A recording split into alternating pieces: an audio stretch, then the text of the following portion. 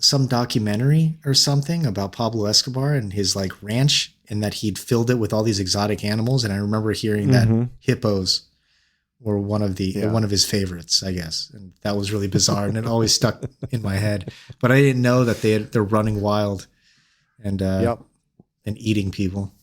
I just added that. That's part of the screenplay. If you want to take it, it's a good ad. Yeah, you want it. They're hungry hippos. The movie. Welcome to Don't Encourage Us, the show where we talk about the big ideas behind fiction projects of all different kinds. Books, movies, TV shows, video games, nothing's off limits. I'm your host, Simon, and I'm here with my co-host, Simon. How you doing today? Doing great, Simon. So today we're looking for creative inspiration in headlines of the year. But first, what's been on your list this week? I saw a movie called Ferry, which is from Holland. Okay. It's about a kind of like a petty criminal who's a hitman who ends up looking for these two criminals who shot his boss's son. So he's trying to get revenge on them. You're very, simple kind of revenge-driven story. But the actor who plays this guy is just so fascinating to watch because he's very explosive. I would say he's like the cross between Walter White and Tony Soprano.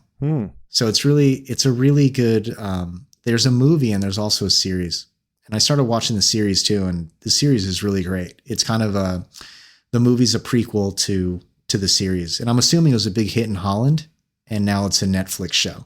Ah, interesting. So is it the same? Is it like a remake, or is it they just took it and added captions and here you go? It's no, it's actually just dubbed. Like what I'm watching is dubbed, okay. But the actors who do the dub are great. A dubbed import, yeah. Yep, a dubbed import. It's really good. I could see them making an American version of this show because he starts getting into like the production of ecstasy and.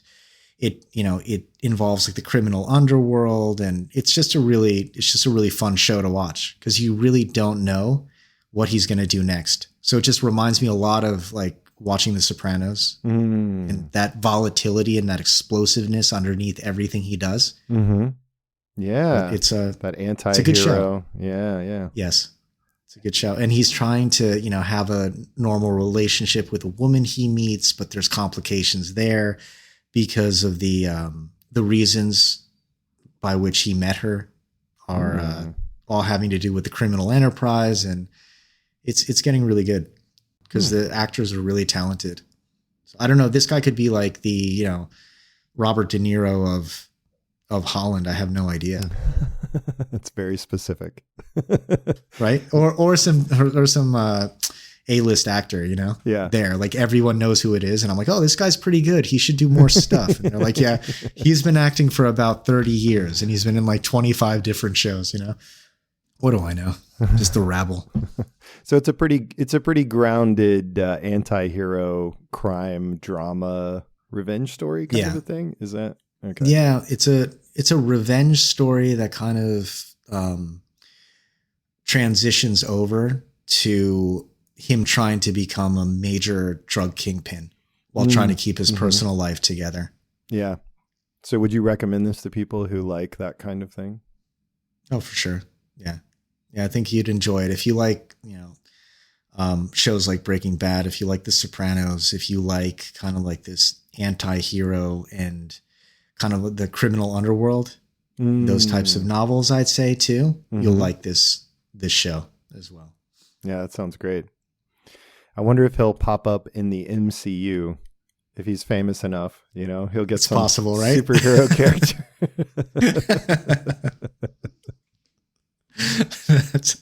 That would be something. I mean, I guess this guy would be great at playing a villain. I don't know if he would be too good at playing a superhero if you saw him. Well, yeah, that's the thing. If he's going to be in the MCU and he's a foreign celebrity, then they definitely will not cast him in a role that fits what he's done before. They'll just slide him into something. He'll be like the head of Space Command in some sort of other galaxy. And he'll supposed to be like this nice, reliable leader. And he'll have about a grand total of 4 minutes of screen time. Exactly. Under really heavy makeup. Yeah. He'll be purple. So he's like Jabba the Hutt. Green or something. Yeah. That's exactly what they do with him, right? Check him out on Netflix first, I guess, before he shows up in the next MCU project as somebody's dad. Yeah. A bit roll before the house explodes or something. He's the goofy neighbor. Anything's possible. Yeah, speaking of the MCU, you sent me something interesting that I actually also received from other friends. It's a by the numbers visual stats of the box office for the MCU. I think you got it from the Dig, is that right? Or dig.com? Yeah, from Dig. Yeah. So for those of you who have not seen this yet, it basically is a chart that shows the budget, the domestic opening, and the total worldwide box office for all of the MCU films. And I think the point, you can speak for how, what you interpreted as the point of this, but I think the point is to kind of show the downward slide. Like it gradually built, and it built to extremely high levels. Infinity War, just over 2 billion. Endgame looks like it's on its way to 3 billion worldwide. And then from there, it's quite a rocky road. So did you have any thoughts or reactions when you took a look at this chart? I mean, I think overall with the MCU, and I'm not a huge comic universe fan, but I would say just my take on it is that they're coming out with so many movies with so many different characters. It doesn't seem like they have like a big through line, except they just stamp that Marvel name on these movies. So you don't get that connection with the character like you would have with Iron Man or Batman. Not that Batman's part of the MCU, but I'm saying like that one kind of comic book hero that you kind of follow across a lot of different movies. I think if you just continuously introduce new characters in their own worlds, I think the audiences get completely overwhelmed. Like it's almost like you're taking a huge gamble on 30 different movies and hoping that one's going to hit. So you're not really focused in on quality. You're just focused on churning out as many movies as you can as a money grab. And I think the audience feels that way, or they notice, There's some really great points in what you said, and I just want to focus on one of them for a second because it's not something that I've heard a lot, which is this idea, and I'm just going to expand upon it as a big fan of a lot of these films, is that in phases 1, 2, and 3, you could follow one or two characters really closely, and those characters had arcs and developed over the course of multiple films. Even if they just appeared briefly and in a post-credits scene, it still felt relevant and connected. Whereas since Avengers Endgame, that's really not been the case. I think Spider-Man there's a little bit of connectivity there, but he doesn't appear in a lot of the other projects, and we lost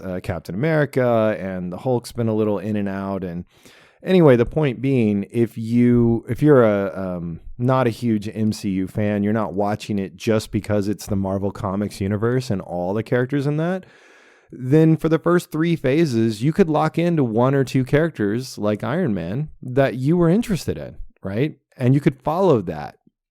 And that's really not been the case. And I think you're also right to point out that quality has been an issue. So yeah. So one thing that really stood out to me when I looked at this graph is how a small number of films out of the whole total of them sort of support the rest. When there's one of these ones that hits over 1 billion, then the ones after it benefit. Right. And when there isn't that for a while, or you have a series of bad films, and what isn't on this chart, by the way, are the Disney Plus shows. So when you have mediocre or, boring, slow, stupid, kind of silly shows as well, I think they negatively impact the films that come after them. So I think if you could correct for that mathematically, a lot of these movies would be at about the same level. Right? They would earn about the same amount. Now, I know the pandemic played a little bit of a role, but Captain Marvel would have been lower if it hadn't been after Endgame. But it got a huge bump because it came after Endgame and people thought it's connected. She's in Endgame. That was her introduction. And then her solo film comes out. And I think the sequel, which just came out, that prompted a lot of people to create stuff like this because it's doing so poorly.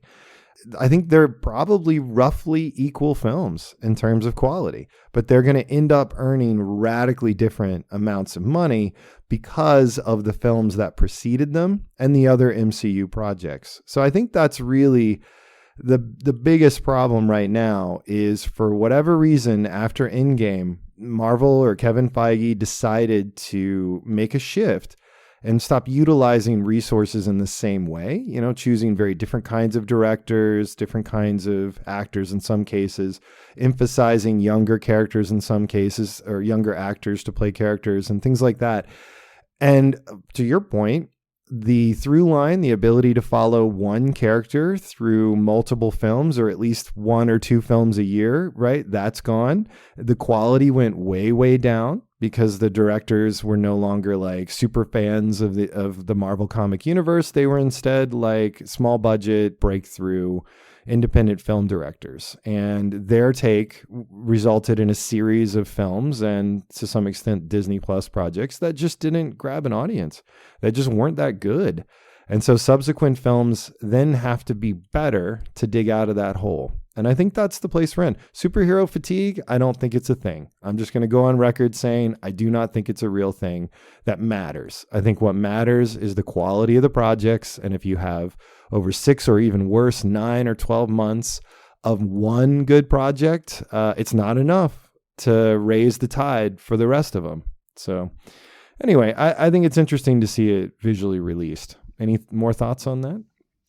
Yeah, you mentioned Tony Stark, and I was going to mention Tony Stark earlier because of that incredible arc that he had in the Avengers, and that really, really sticks in people's minds. I don't know. Do you think it also has to do with the casting of the actors? If actors seem miscast or they're unknown or semi-unknown, playing characters that people aren't familiar with at all? Yeah. How do you think that affects it? So if you're going to take the character they're playing out of the equation, right? If you're going to separate that out as well, then I think it's less the actor, which is weird and interesting, and more what they do in interviews and on social media. So I think Brie Larson, had she not said and done some of the really like, what's the word? Not particularly strategic. Abrasive comments? There you go. Yeah. Yeah. A little bit like arrogant and a little bit. She lacks self-awareness. Yeah. Or a good handler. And I think that triggered a lot of negativity from many of the fans. And then she pushed back, but made it instead about being a woman. And that really, I think, hurt a lot of the future films and projects because it created or forwarded this idea that the MCU is not really for the fans in the same way it was. Like the first 3 phases are for people who love the Marvel comics and enjoy them. And then after that, now it feels like it's not for them anymore. I don't think that's intentional. I don't think that was their goal, but she played a big role in propagating that narrative. It's unfortunate. Yeah. What do you think? I don't know. It's like you're playing Monday morning quarterback in a lot of ways, right? Like you're trying It's not fair for sure. You're trying to back into something. The movie doesn't do well, so you automatically might think, oh, maybe it was miscast. But in terms of the quality of the actors, I don't think they're using poor quality actors or actors who can't act well. No. They know how to act. They're delivering. Yeah. Yeah. So then it's probably a lot of other X factors that are really difficult to really pinpoint, or a combination of those factors. And I think they're probably not investing as much in story as they should be. And I think I brought this up in an earlier podcast about this idea that I think a lot of movies start looking at the movie as a special effects movie, and then they put the script on the back burner, and audiences notice that, I think. Just intuitively, like there's too many plot holes here that I mean, I think there's a sweet spot.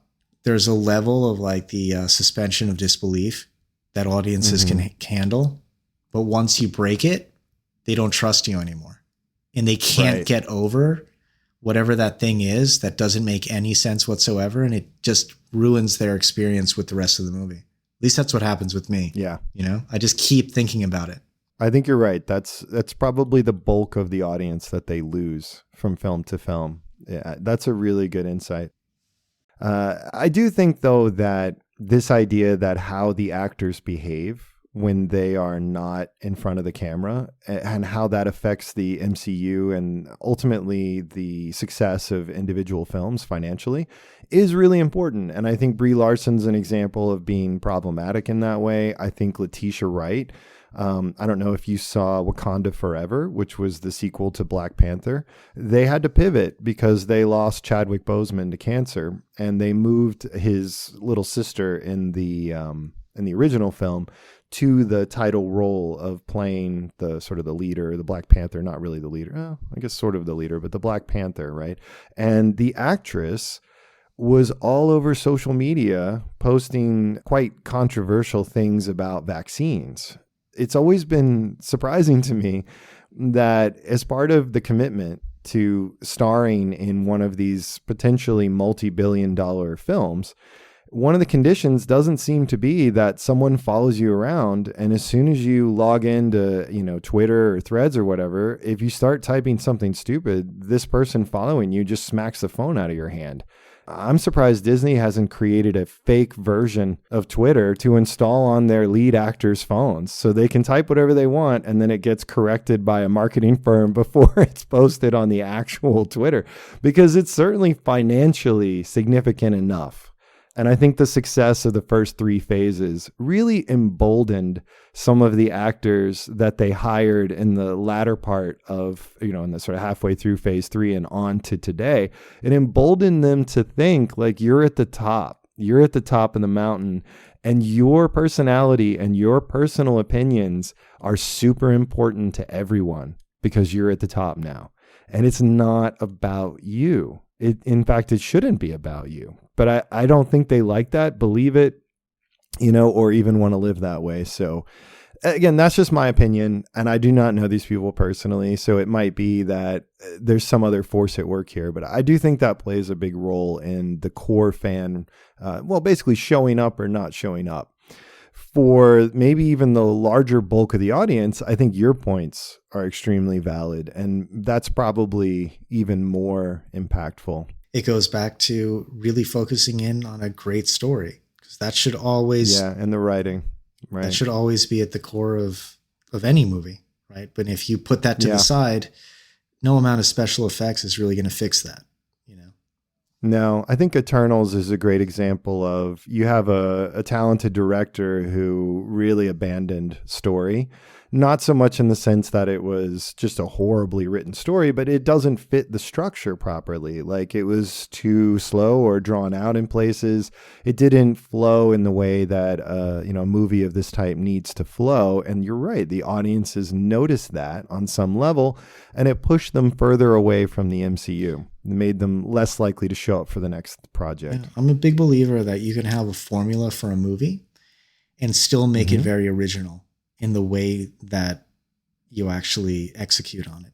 So in terms of what I mean by that, in terms of hitting specific plot points at certain minutes of the film, certain twists happening, there's a reason why, let's say, the hero's journey works so well. It's a tried and true framework for a film, and it has an infinite amount of ways that you can execute on it. But I think when you throw all of that out and you're like, we're not going to follow any of those rules, it doesn't work so well. Because I think audiences, whether it's, when you're reading a novel, whether you're watching a series or you're watching a movie, there's certain expectations that you have, then questions that need answers at every point in that story. And if it's not structured in that way, there's nothing for you to really wonder about. Is our hero going to make it? What happened to XYZ that we looked at in the beginning of the movie? Foreshadowing. All of these things are really, really critical. And I wish that with these superhero movies, they really kept that in mind. Yeah, well, thank you for that controversial opinion. I'm sure we'll get letters. Absolutely. No, I think both it is I don't want to say obvious because there's so many hours of film here and so many new attempts to create a universe across platforms. But it is such a fundamental. And sometimes when people get into elaborate, complicated endeavors, they forget the fundamentals. And this is truly a fundamental that's been lost. So excellent. Going forward, I would think they'd stick that up. Just some version of what you said, just stick it up on the wall in every writer's room, in front of every director, put it in the editor's office and remind them, like, above all, this is what you need in these films. I love your creativity, bring your own touch, but you do need to hit these marks in some way. Yeah. And you can't just go with the insert special effect here. You know what I mean? 1,000 times in the script. Very good. All right. Anything else about the MCU? Did we fix their problems? I think we fixed everything. It's going to be a great series of movies moving forward. You're welcome, everyone. So we're done with the podcast. Great seeing everyone. We fixed it. Kevin can just write us a check and we'll leave everybody alone. Yeah. So this week I thought it would be fun towards the end of the year here to do something interesting, a little bit different, and talk about some real world events that can inspire creative ideas, maybe fictional ideas, right? So I like to call this stranger than fiction. Very original. I know. It's very clever. But these are all true events that I pulled from different news sources that I follow, and I'm sure you did the same. And I just thought it'd be interesting to talk a little bit about the details, maybe educate some people who hadn't heard these stories, and then see if that inspires you in whatever mediums are your creative mediums. Yeah, that makes sense. Maybe you can maybe you can take this and run with it in some way. You can crochet something beautiful about this idea. You can make your little short film or your TV series or write your novel or whatever it is. Claymation. Right? So do you want to go first? You want me to go first? How should we do this? I think it makes sense for you to go first, and then we can talk about the one headline that I noticed that is so ridiculous in terms of a crime wave that's happening across the U.S. Oh, okay. That does sound good. Well, now I want to do yours, but all right, I'll go first. You sure? I can do mine. So damn it. Now I don't know. Let's do yours. All right, great. There's been a series of crimes that have been taking place. I keep seeing this in major metropolitan areas in the U.S. where FedEx trucks are being blocked in. Have you heard of this? They're being blocked in by big swarms of people and cars, and they just block in these FedEx trucks and break in and start stealing items from the trucks. Oh, wow. Yeah. And I've seen it several times now, and it seems like the police can't get there in time. People just run away from the scene. Nothing seems to happen to the perpetrators whatsoever. Causes all kinds of, danger for the other cars around them. It's just like complete chaos. Kind of like this idea where people will run into a luxury store, grab a ton of items and run out. Smash and grab. But now they're doing that with actual trucks like FedEx or DHL or UPS. And it's becoming a thing. And I thought, that would probably be a fun premise for some type of crime movie. And I just kept thinking about like a Fast and the Furious, like what if an accident happens because of that? Or, a package is stolen from some crime boss or someone, like something really critical, which is in one of these trucks. And it's the whole, like, this crime syndicate or whatever tries to track down whoever stole it. Oh, I love that. And they have to go on the run somehow. So, or a competing group is after the same thing, but it would be like just directly ripped from the headlines. Or they cause an accident, which kills a family member of one of these criminal syndicate people, So you take this really kind of like, oh, it'll be fun to rob a truck. No one's going to get hurt. And then it just spirals out of control. So I thought that would be kind of fun as a movie. It's like an action thriller type of movie with a really simple setup and a lot of ways to move. And maybe we could do a mashup with your one of your ideas. That is laughable, as the audience will learn when they hear the stories that I pulled out. I'm glad I started this off. But, hey, we'll take a swing at it. I love that. Are you thinking, I guess, like kind of a gritty, realistic tone here, like grounded, real crime. Right. Something like Heat, I was thinking. Like that type of tone. And I think it's something that you could make. I mean, you could go as layered as you want, and kind of like unravel the people who are kind of involved with this, or you could make it just really straightforward.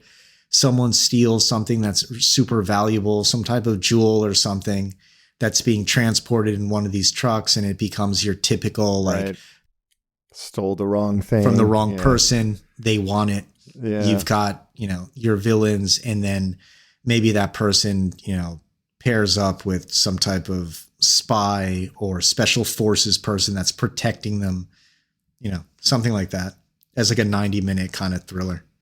Is there a way to do this with a little bit more of a light comedic take where this group, this mob that, robs FedEx trucks are assembled like they're porch pirates, basically? So they're a bunch of disconnected, disjointed people who, or they're just, like regular, not particularly smart thieves. And they're stealing boxes, Amazon boxes from people's porches and tripping and running, like just that whole like thing you see on YouTube all the time and getting away. And then someone who's a little bit like a pirate captain comes and like assembles them into this like pirate force that for sure now mobs trucks.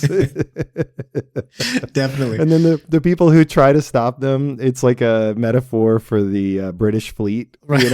Like they organize. Oh, I got it. And you do funny scenes that sort of play off of that stuff, like Pirates of the Caribbean, but it's like Pirates of suburban life or something. Oh my God, that's great. I just thought of something. You could add another comic twist, like they hijack the truck and there's like a baby in the back and the baby talks. And then it's like all kinds of hijinks ensue after that. Oh man. Yeah. So like they steal the FedEx truck at one point and they're all crammed in it. And then somebody else has like the neighborhood watch group that represents the Royal Navy has like a van or like an SUV and they're all crammed in it and they're like racing down the road, like throwing stuff at each other. And it becomes like a cross country kind of thing. Yeah. Like jumping onto each other's vehicles and stuff. Is there a way to do that? Yeah. With like a relationship twist thrown in. Where like the bandits and the ones chasing them, like there's a relationship that starts between the two. They try to keep it hidden. The sky's the limit with this one. A little Romeo and Juliet thing there going. Yeah, exactly. There's a lot of directions to go. I think your grounded version would probably be more interesting as opposed to what I'm pitching, which just sounds silly.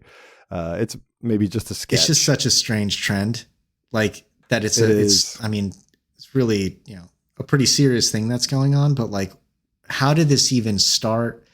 Like how did people even think that this was something you could just get away with? And they are just getting away with it. This is, it's kind of a really bizarre thing that's happening. It's like the smash and grab thing we were talking about too. No, it's kind of like this, like, super high speed crime in a way, not like robbing a bank, but just like going in and knowing that no one's going to stop you.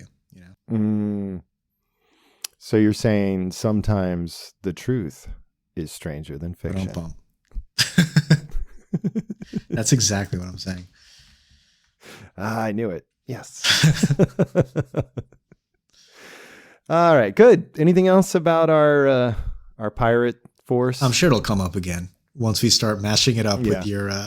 We'll weave it in. Well, I don't know how we'll do that with the first one that I came up with, but this is a story that I've been following for quite some time, actually more than a year, but it kind of blew up this year. It's absolutely fascinating to me. And what really tipped it over from interesting to fascinating are recent scientific theories on why it's happening. So I don't know how many of you get your news from science journals or anything like that, but I actually get a lot of my news from there, which I know is weird. But a big story that a lot of people have been following are the killer whales who have been attacking yachts and sailboats in the Mediterranean off the coast. And FedEx trucks. See, it was easy. There it is. Done. Perfect. Right. We'll weave it all chased together. by dolphins. Go ahead. So this has been this has been happening off the coast of Spain and Portugal for several years now. Right at this point, we're averaging about 200 attacks per year, and the numbers are increasing. So we're talking about a group of orcas, a pack. They travel in packs, a little bit like wolves and other animals. And they're attacking, they're banging into the side of the boat, they're hitting the rudder enough that they have successfully sunk 4 boats. They've severely damaged quite a few boats that I think were probably totaled, but actually sunk 4 of them. So had you heard about this story? Had this come up in any of your news feeds? I hadn't, no. That's kind of fascinating. Interesting. Yes, that's what I thought. It's fascinating, right? So here's the scientific theory that, for me, bumps it up a level. All right. So this is according to research published in the Journal of Marine Mammal Science. The theory is that one female orca, which they named White Gladys, was injured in a collision with a boat or trapped in illegal fishing nets, and that traumatized her. And now she attacks boats when her trauma symptoms are triggered. Now, orcas are known to copy behaviors from each other. That's something that's been observed many, many times and is part of how they hunt different prey in different parts of the world, which they do very differently. They eat different stuff and they have different tactics, but they can copy behaviors that they observe. And now there are bunches of different orcas, and I think they're in different packs, who have all adopted this behavior. So typically they only copy behaviors that are advantageous. But in this case, I don't know why attacking boats would be advantageous, but they're doing it anyway. So what do you think about that? It's such a strange theory, right? That there would be like this virality around their non-native behavior. Like is that even... I don't know. I mean, are there other examples in the animal kingdom where this type of thing happens? Because what I've always understood about biology is that we're really the only species that does things that affect ourselves in a very, very negative way in terms of our like chosen behavior, like smoking or drinking or doing drugs or self-destructive type behavior, that it's not natural for the animal kingdom for you to do something that isn't advantageous to your survival or your future offspring survival. So that's really strange. I guess I'm having a hard time believing it. Right. Like it's an interesting theory, but it doesn't make too much sense that it would spread in that way because there's no reward mechanism at the end of it, right? Like what are they getting out of it? One is getting revenge or the appeasement, right? The lowered anxiety or the trauma or trying to deal with trauma symptoms. But none of these other whales or orcas would have any of these trauma symptoms to deal with. So all they would end up with is a headache, I guess. Yeah, you're making excellent points. But what I think is most interesting about this for me is that it really brings animal intelligence into the spotlight.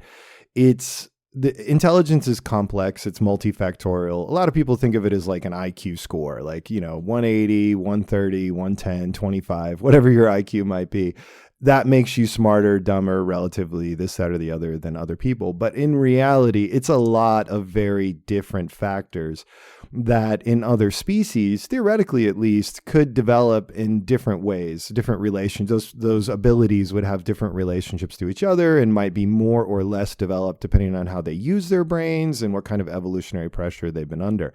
So in this particular case, you could say, and I think this is maybe something you were suggesting, that the scientists are using measures, judgments, theories that apply to humans, and they're trying to force them on a killer whale, right? And that doesn't really make sense. But another way to flip it around is to sort of pick up from your point of saying, and I'll just sort of expand or alter it a little bit. So feel free to tell me if you disagree with that's not what you're trying to say or not compatible. Disagree. But a lot of Sorry, go ahead. Stranger than fiction. A lot of living things on Earth have innate mechanisms that respond to reward and punishment, right? So if a behavior is rewarded, they do it more. If it's punished, they do it less. However, humans are often an exception to that. And I think one way to make sense of that is that they have higher order thinking abilities. They have other cognitive abilities that are adequately developed to override that. So a human can somewhat fanatically repeat behaviors. And by the way, behaviors can include thoughts and thought patterns and things like that. But they can repeat those reactions, even though those reactions are being punished, because they decide, often incorrectly, that it's still a good idea, right? It's kind of the definition of a fanatic.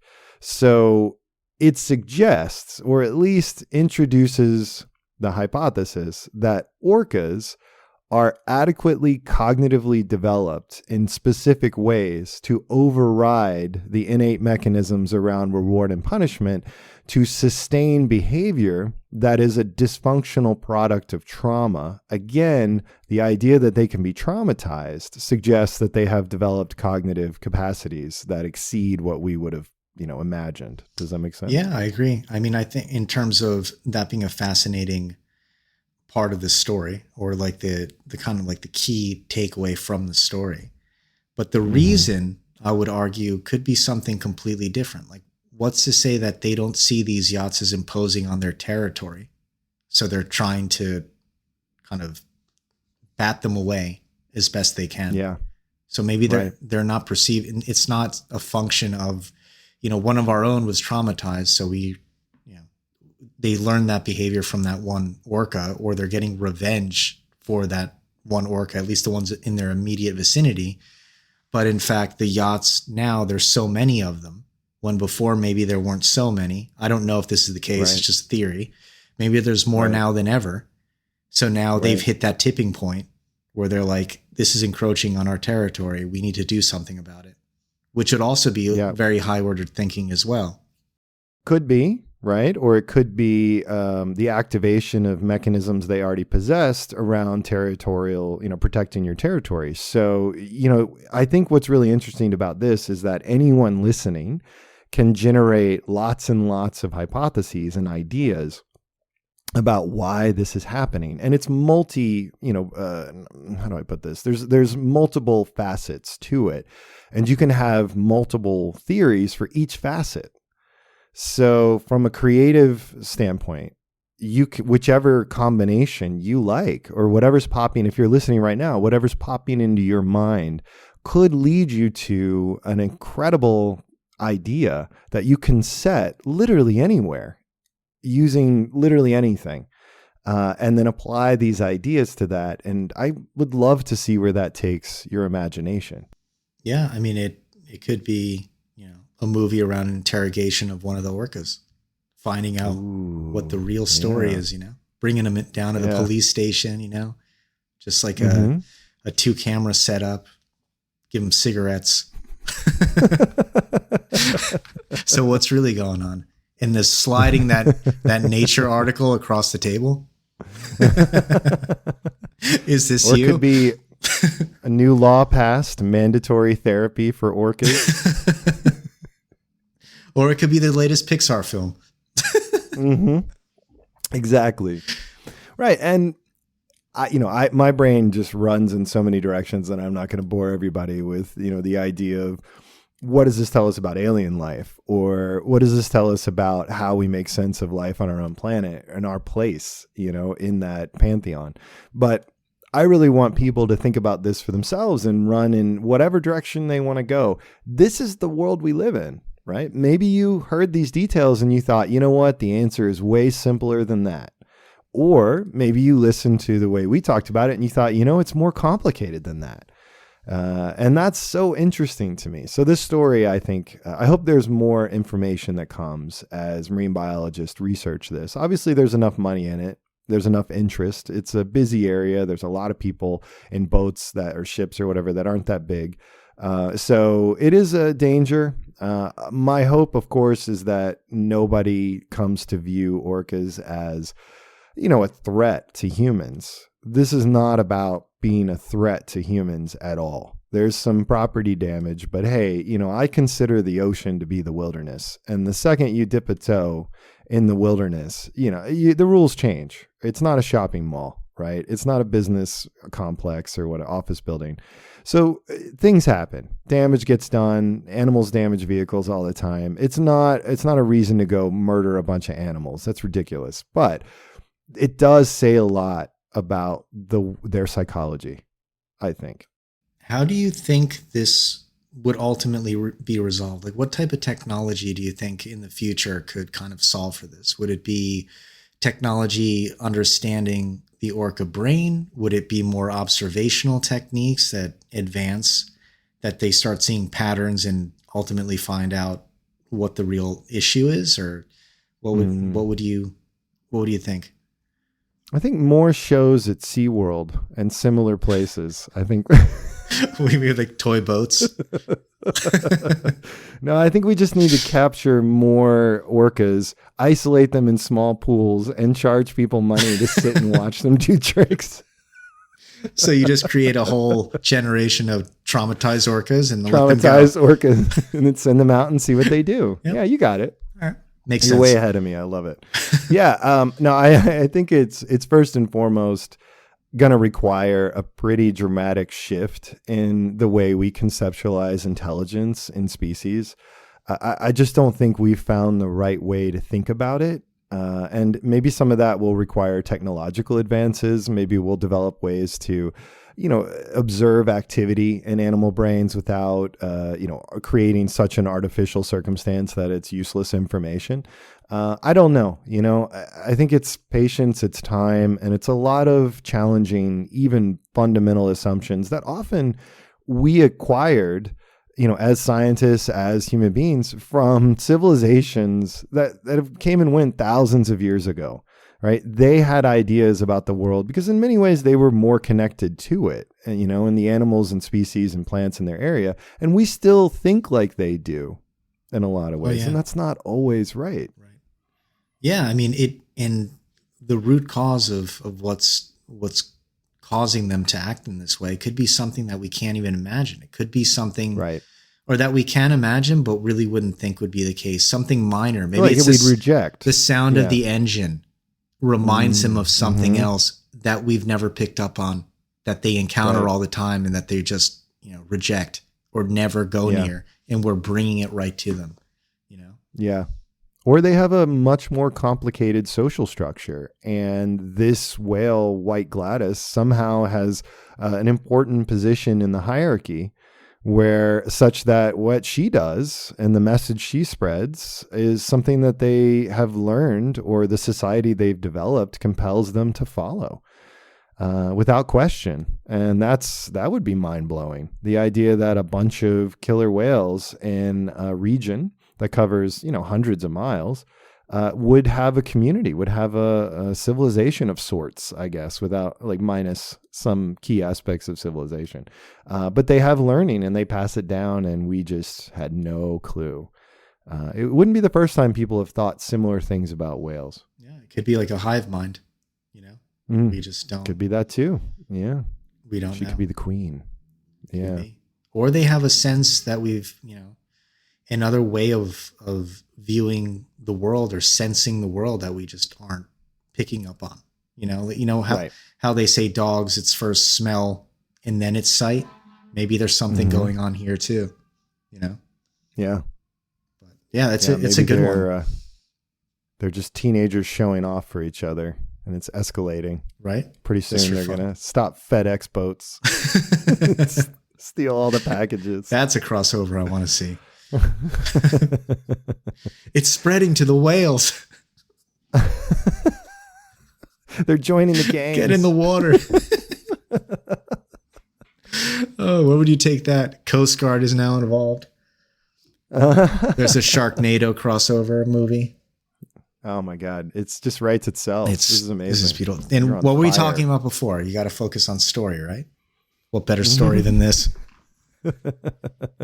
We'll just hit all the usual beats, the hero's journey, and we're done. Yeah, exactly. Done. No problem. Twist. It's the whales. So, I'm thinking about time. So instead of going into the depth that I had planned for some of these other stories or skipping them entirely, I'm just going to give you the short version. And then maybe the last one we can talk about a little bit more, because I think it's a fun one that you'll like.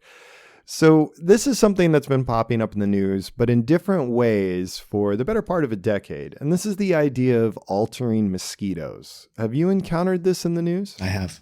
Yeah, it's a fascinating thing. Yeah. So the results are in, right? So we're talking first about genetic alteration.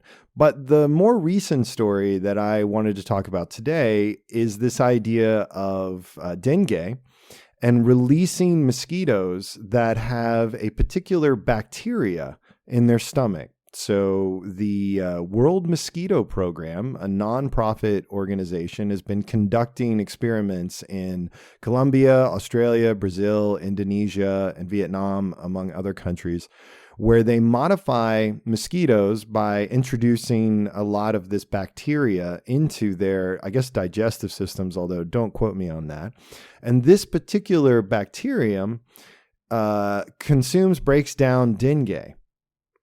So the research recently came in three heavily populated cities in Colombia. Dengue incidence dropped by 94 to 97% after the introduction of these mosquitoes. That's unbelievable. Yeah. And in 2021, the first genetically modified mosquitoes, which is a different strategy here, but same vector, were released in the United States by a biotech firm named Oxitec, right? And it was very controversial. It was in Florida, but it's been fairly well received since. So as a species, we are now using mosquitoes and other things, other, creatures to control diseases and other problems that we don't like, right? We're using mosquitoes to control mosquitoes and mosquitoes to control dengue.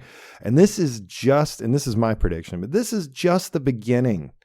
These are the early stages. These are the frontier stages of the kind of alterations, the kind of like a new wave of using living things to shape the living things of our world. So it's not a completely new concept, but we're doing it in new ways and on much larger scales. So if you're a creative person, this may scare you, and you may have lots of thoughts about how this could go wrong. Or if you're more in an optimistic mood, you're a little bit more Pollyannish or positive about the future. If you're a Star Trek fan, perhaps. Then you might see how this could become standard practice and could save millions of lives or even protect the environment when one particular species gets out of control for reasons that are probably our fault to begin with. So any reactions to this one? I think this is a really good one. I mean, you can take this one in a lot of different directions, like you said. I mean, I would tend to take it in a more negative direction simply because I feel with this type of like biological engineering that we're playing around with, we've been doing it for a really long time. Obviously, we're not eating apples that our ancestors ate. We're eating apples that are much more palatable to us, etc. We've been doing it it's sweeter. We've been doing it with food for, 100 years, hundreds of years. Gregor Mendel. Yeah, that guy. Damn you, Gregor. Mendel, that's your fault. That's why we're genetically modifying mosquitoes now, because of that guy.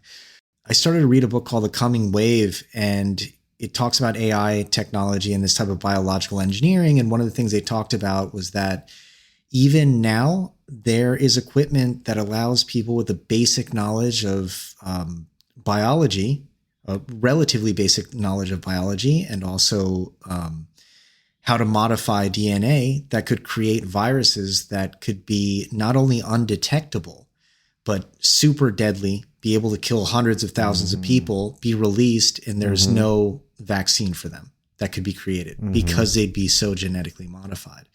So I think with this type of technology, I hope that's not the case, but as it advances more and more for the good, there's also that dark side of it.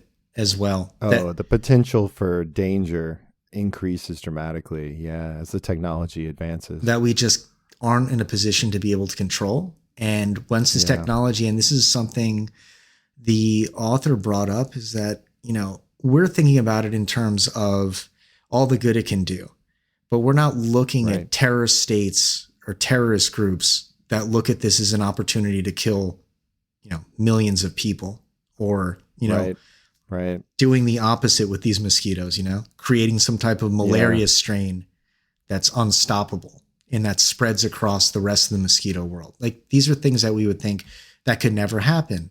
That's an impossibility. But for some of these groups, it's something that's just part of their DNA to do, to cause chaos. Absolutely. So that's what's scary about it. Not that this is being used for dengue, but what else will this technology lead to?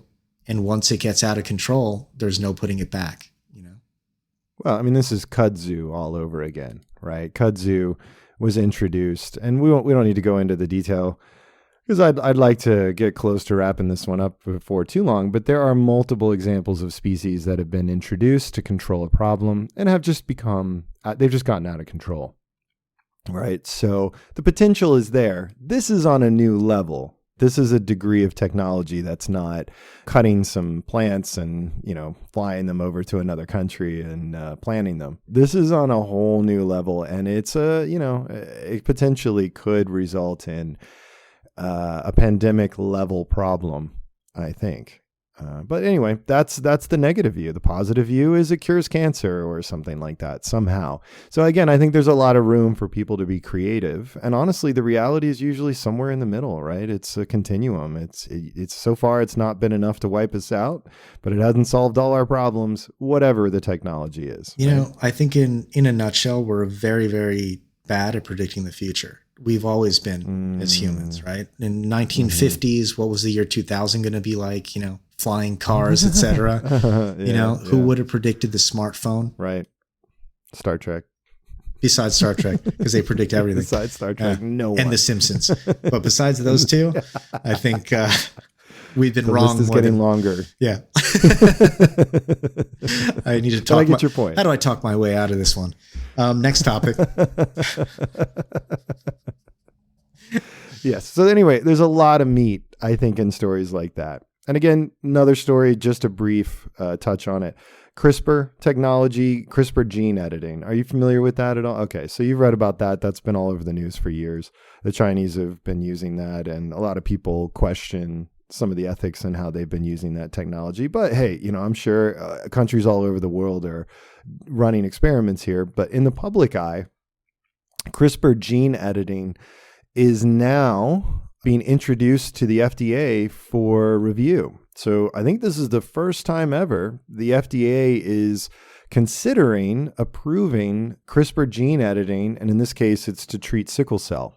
So that means the door's opening for gene editing, right? Did you ever see Gattaca? Right. That's the direction that this could easily go. However, if you're more creative, maybe you can think of some other potential impacts of allowing the medical field to edit human DNA to ostensibly help with terrible, terrible problems, at least initially.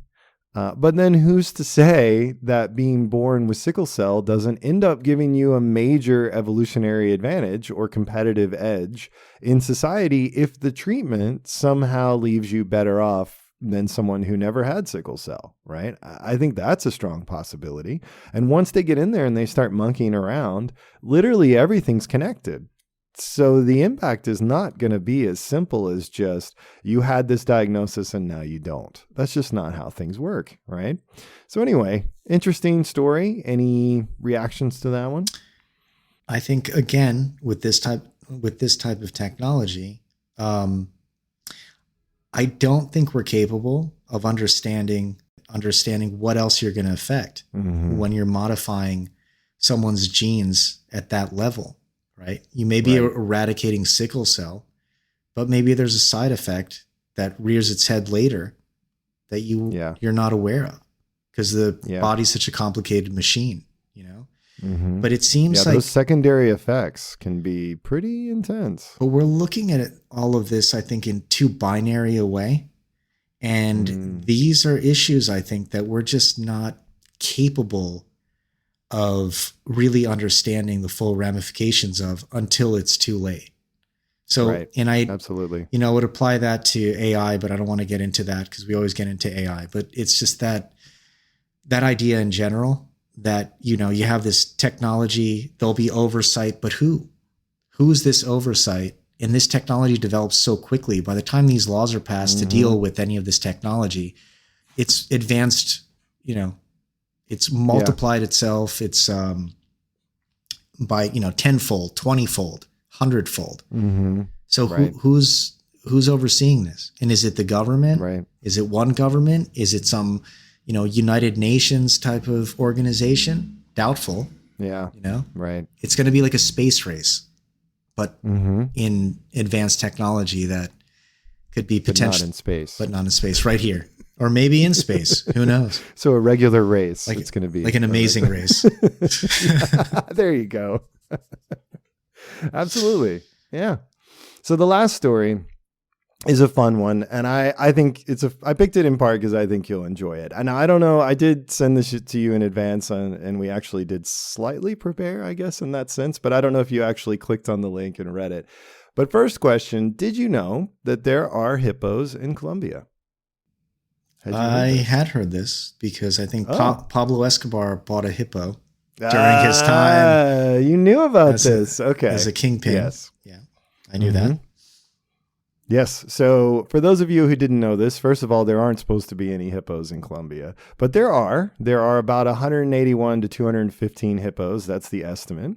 They are the descendants of, I believe, 4 hippos, 1 male and 3 females, who were purchased by Pablo Escobar. And after he died, they escaped and started mating. And because they had no predators and the conditions were quite comfortable, they have now spread in Colombia, mostly along the same river, the Magdalena, I believe. Magdalena River is the right way to say that.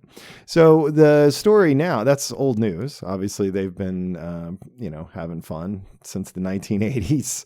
I guess in 1993 is when he died. So since then, the hippos have just been going at it and having a great time. But the Colombian government is trying to get serious about managing this problem because, there's, 200 of them now. So there's a lot of controversy around this. People don't want the hippos mistreated. So their plan is to capture and sterilize a lot of them, give some of them away to zoos. The argument is around killing them. I can't imagine that quite a few of them aren't going to meet an untimely end, but they're causing problems. So it's interesting that you had heard this. Do you recall where you heard that there was a invasive hippo population? I actually hadn't heard that it was an invasive population, but I'd seen some documentary or something about Pablo Escobar and his ranch, and that he'd filled it with all these exotic animals. And I remember hearing that hippos were one of his favorites, I guess. And that was really bizarre, and it always stuck in my head. But I didn't know that they're running wild and eating people. I just added that. That's part of the screenplay. If you want to take it's a good ad. Yeah, you want it. They're hungry hippos. The movie. Oh, that's great. All right. So to wrap up today, any questions for the audience? Anything you'd like them to answer? I would like to know how you'd mash up any one of these. These stories together, because I think there are ways to do it that could be really far-fetched. I mean, you could take a more serious angle. I just want to know what they do with this one, or this set of stories or news articles. And bonus points if you can wrap them all together in one story. That would be something. That's our competition for for our podcast. Yeah, excellent. All right. So thank you to the people who research these articles, the journalists, the scientists, everyone involved. Thank you very much. Thank you to the hippos and the mosquitoes. Thank you to the listeners. Remember, as always, stay away from those like and subscribe buttons. If you want to reach the show and tell us your thoughts, we'd love to hear it. You can reach us at don'tencourage@gmail.com. You can flame us on YouTube. We also have an Instagram account. You can follow us there. It's all under the same Don't Encourage Us banner. And I'll throw some additional info, maybe some links to these articles in the show notes. So from Simon and Simon, we'll see you next week. Take care, everybody.